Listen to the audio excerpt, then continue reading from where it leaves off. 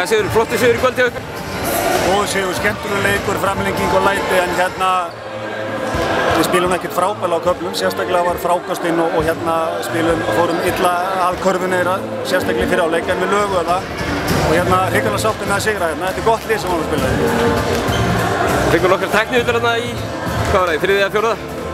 Hvað, hérna, eru það að gýra ykkur hátt fyrir úrslitakeppnina eða hvað? Já, þetta er ekki eitthvað sem við viljum sjá samt, þvert á móti og hérna ég veit ekkert það, svo sem heyrðu það ekkert, en hérna það er ekki eitthvað sem við viljum sjá, en menn voru stemdir og lögðu sér fram og það er það sem ég vil sjá. Var það eitthvað sem að koma á óvart í leik Hauka? Nei, nýjus að liðin kom ekkert svona á óvart í úrslitakeppninni. Spiluðu náttúrulega við á síðustu umferð? Já, þetta er mjög gott lið og leggja sér fram og er með frábæra stráka á milli og þetta er bara, verður svona væntanlega þessi sería.